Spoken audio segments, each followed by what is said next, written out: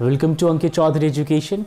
Hello friends, today we are going to discuss past year question from the chapter Dual Nature of Radiation and Matter, that is class 12th physics chapter, and we have already covered more than 2 videos of this series, so make sure that you have watched all those questions belonging to this chapter before proceeding this chapter, so that you get a fair enough idea that what we are going to discuss, right? So without wasting any more time, let's straight jump into the first question of today's, and that is write 3 basic properties of photon which are used to obtain Einstein photoelectric equation.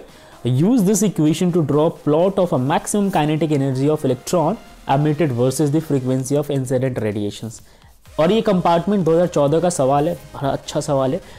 Hindi में समझते हैं क्या अर्थ है इसका। बोला है कि 3 basic property आप बताओ फोटोन के बारे में। फोटोन समझते हो? फोटोन का मतलब है कि वो लाइट के रेज जो कि इंसिडेंट होते हैं किसी भी मेटल सरफेस पे, उनको आप फोटोन कहते हो। एक बार मैं दृश्य के तौर पे आपको दिखा देता हूँ। ये देखिए, ये सारे फोटोन्स हैं, राइट। फिलहाल ये फोटोन्स की फ्रीक्वेंसी है, बट आप समझ गए फोटोन है क्या, ठीक है। तो इन फोटोन के बारे में कुछ जानकारी आपसे पूछी हुई है। अच्छा, क्या पूछा हुआ है? इन्होंने बोला हुआ है कि भाई उन फोटोन के बारे में 3 बेसिक प्रॉपर्टी बताओ जिसका इस्तेमाल आप आइंस्टाइन के फोटो इलेक्ट्रिक इक्वेशन में करते हो। अच्छा, आइंस्टाइन ने एक फोटो इलेक्ट्रिक इक्वेशन दिया था, उसमें हम जो भी फोटोन का इस्तेमाल करते हैं उसके बारे में कुछ बताना है।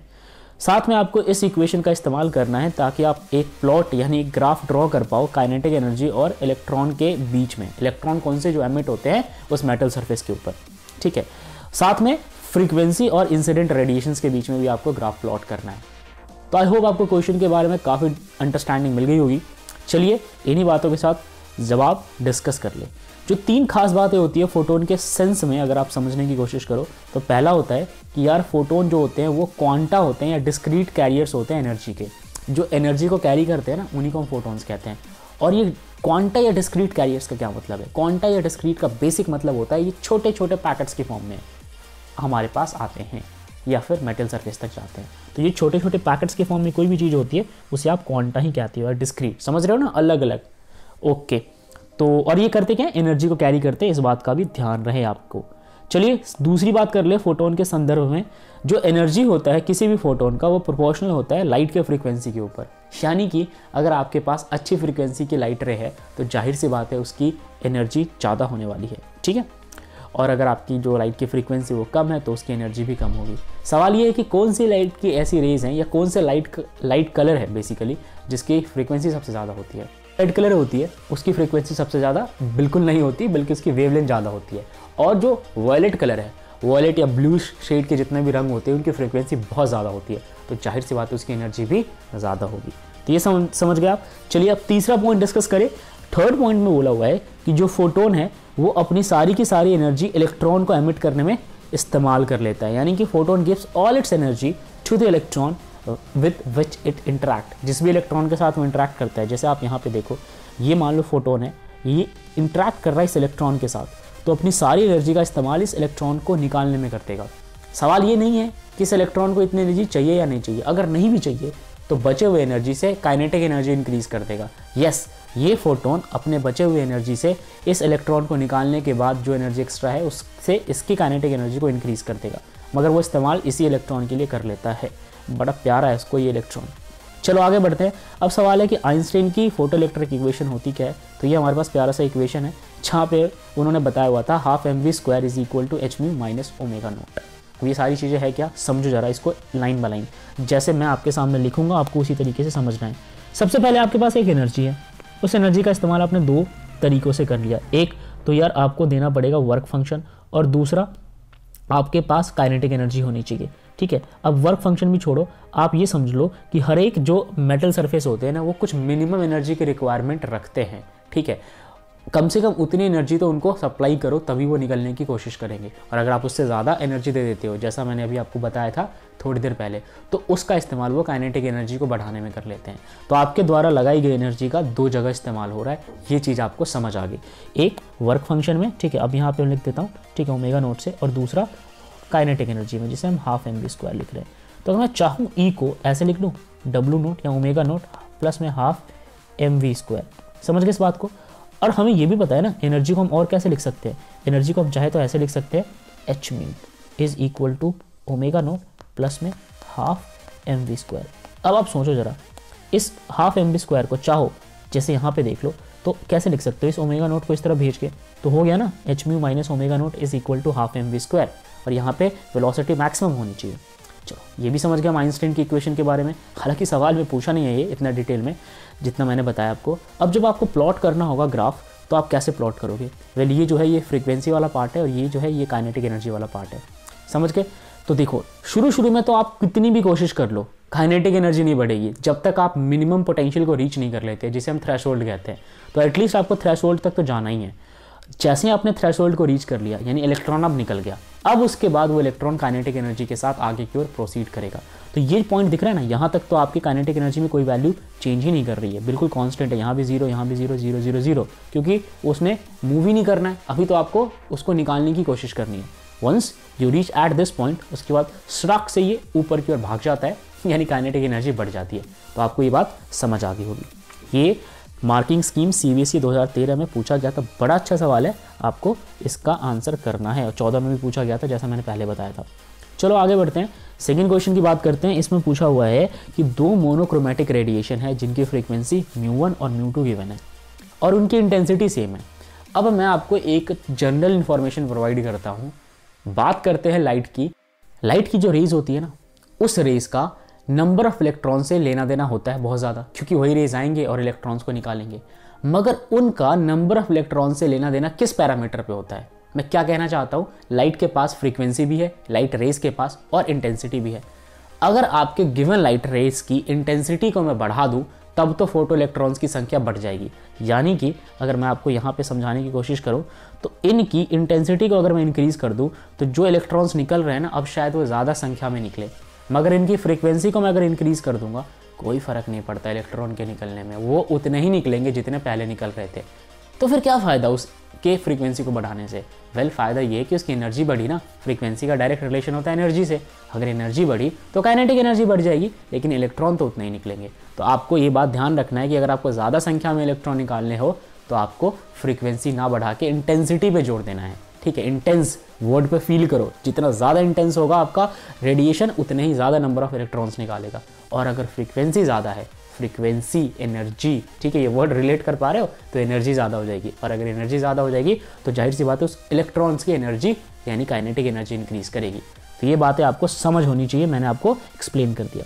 आगे बढ़ते हैं और क्वेश्चन में वापस आते हैं जिस पॉइंट पर हम थे कि भाई दो लाइट रे है और उनकी जो फ्रीक्वेंसीज है वो आपस में वैरी कर रही है, एक μ1 है, एक μ2 है, μ1 ज़्यादा है अकॉर्डिंग टू क्वेश्चन, और इंटेंसिटी सेम है, लेकिन इंटेंसिटी में कोई फ़र्क नहीं आता। इंसिडेंट करते हैं किसी भी फोटो सेंसिटिव सरफेस के ऊपर, तो आपको पिक्चर याद होगा। मान लो कि वो फोटो सेंसिटिव सरफेस है, उस पर एक लाइट रे आके इंसिडेंट कर गया, इनफैक्ट दो लाइट रे आके इंसिडेंट कर गया।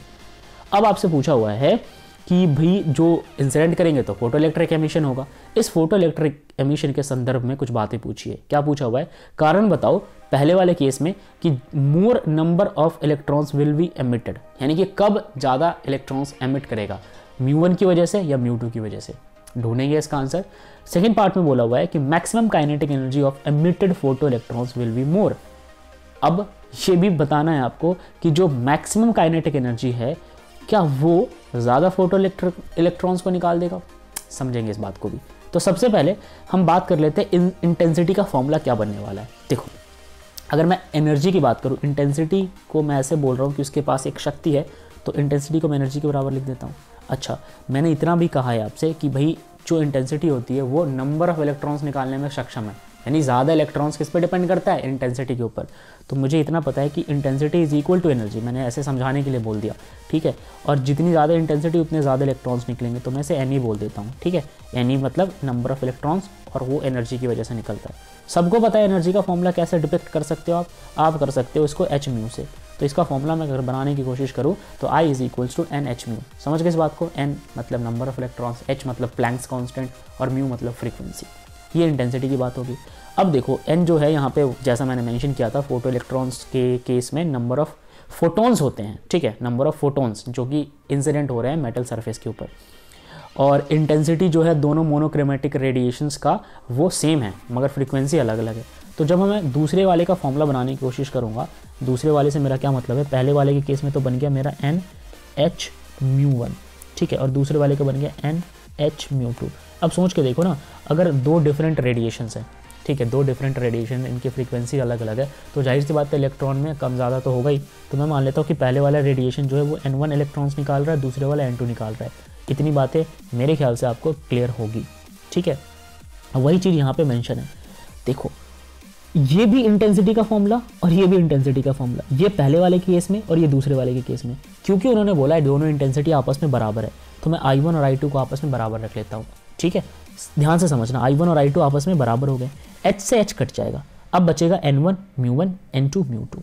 अब सोच के देखो कि N1 और यहाँ पे मैं लिख देता हूँ N1 μ1 is equal to N2 μ2। अगर ऐसा है, ये आपस में बराबर हैं, तो जाहिर सी बात है इनमें से कोई वैल्यू कम होगी। कैसे कम होगी? क्योंकि μ1 जो है वो तो डेफिनेटली बड़ा है, ठीक है, क्वेश्चन में गिवन है। अब मान लो कि μ1 को मैं सपोज करता हूँ, रखता हूँ 10 और इस तरफ मैं μ2 को रखता हूँ 5, ठीक है। और यहाँ पे फिर मेरे को रखना पड़ेगा इसको लेट सपोज मैं रख लेता हूँ 2, तो ये क्या हो गया 20। अब इधर में मेरे को 20 बनाना है, तो इधर मैं इसको लिख देता हूँ 4, समझ गए। तो अब आप कंपेयर करो, N1 क्या हो गया 2 और N2 क्या हो गया 4, तभी तो ये बराबर होंगे आपस में, तभी तो ये 20 और 20 होगा। तो क्योंकि μ2 तो है वो तो छोटा है μ1 के कंपैरिजन में, तो ये तो फिक्स ही बात है, आप कोई भी रैंडम वैल्यू ले सकते हो। तो इस हाइपोथेटिकल सिनेरियो को कंसीडर करने के बाद ये एनालाइज हो गया कि N2 की वैल्यू ज़्यादा होगी N1 के कंपैरिजन में। अच्छा, N2 कौन दे रहा है? N2 दे रहा है सेकंड वाला, जिसकी फ्रीक्वेंसी μ2 है। तो जिस भी लाइट रे की फ्रीक्वेंसी कम होगी वो ज़्यादा इलेक्ट्रॉन्स निकालेगा। अब यहाँ पे देखो ना, ये कम है, ये फ्रीक्वेंसी कम है तो इलेक्ट्रॉन से ज़्यादा निकाल रहा है। तो आपको ये बात समझ आ गया, देखो कैसे टेढ़े रास्ते से आए, हमने क्वेश्चन सॉल्व कर लिया। तो यहाँ पे क्लियरली समझ आ रहा है कि μ2 जो है वो छोटा है, तो फिर इलेक्ट्रॉन्स ज़्यादा कौन निकालेगा? वो μ2 वाला निकालेगा, यानी कि जिसकी फ्रीक्वेंसी μ2 है।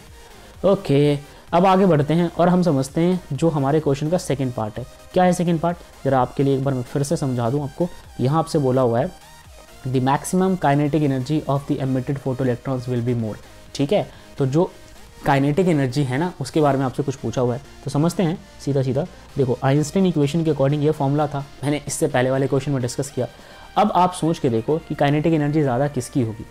वही काइनेटिक एनर्जी ज़्यादा उसी की होगी जिसकी फ्रीक्वेंसी ज़्यादा है, क्योंकि फ्रीक्वेंसी ज़्यादा तो एनर्जी ज़्यादा, ये वाली एनर्जी ज़्यादा, ठीक है, ये पूरी एनर्जी h म्यू, तो फ्रीक्वेंसी ज़्यादा तो एनर्जी ज़्यादा। अब जिसके पास ज़्यादा एनर्जी होगी वही तो ज़्यादा काइनेटिक एनर्जी दे पाएगा। ज़्यादा एनर्जी कौन है, कौन दे पा रहा है? वो दे पा रहा है μ2। तो μ2 अगर ज़्यादा एनर्जी, तो फिर μ2 के केस में काइनेटिक एनर्जी ज़्यादा। तो यहाँ पे लिखा हुआ है कि the maximum kinetic energy of the emitted, अच्छा माफ़ कीजिएगा, μ1 की जो फ्रीक्वेंसी म्यू है ना, μ1 वो ज़्यादा है, ठीक है। तो जो ज़्यादा, जिसकी ज़्यादा फ्रीक्वेंसी उसकी ज़्यादा एनर्जी तो ज़्यादा काइनेटिक एनर्जी।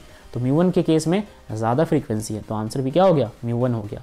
मतलब काइनेटिक एनर्जी ज़्यादा कौन दे पाएगा? μ1 दे पाएगा। तो मैंने घुमा के सारी बातें आपको समझा दिया।